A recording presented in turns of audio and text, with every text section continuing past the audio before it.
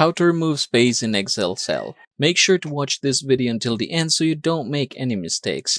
Now, in order for us to do this, I'm going to show you two ways in order for you to get this done. First things first, if there is no spaces in between the letters or the words, then here's what you can do. You can just go ahead and click Ctrl H and you should see something like this. Now, what you are going to do here under the Find What section, you are just going to go ahead and give one space, just like so. And then for the replace, make sure that you don't have any value put in here.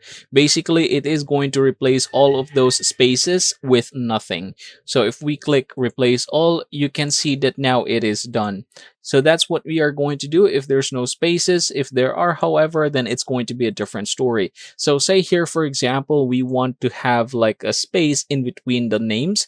Now, the way to do that, you can just go ahead and type here equals trim and then open parenthesis, click this cell right here and then close it.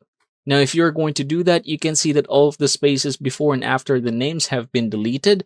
Now you can just drag this one in order for the effects to be applied for all the other cells. And that is how to remove space in Excel.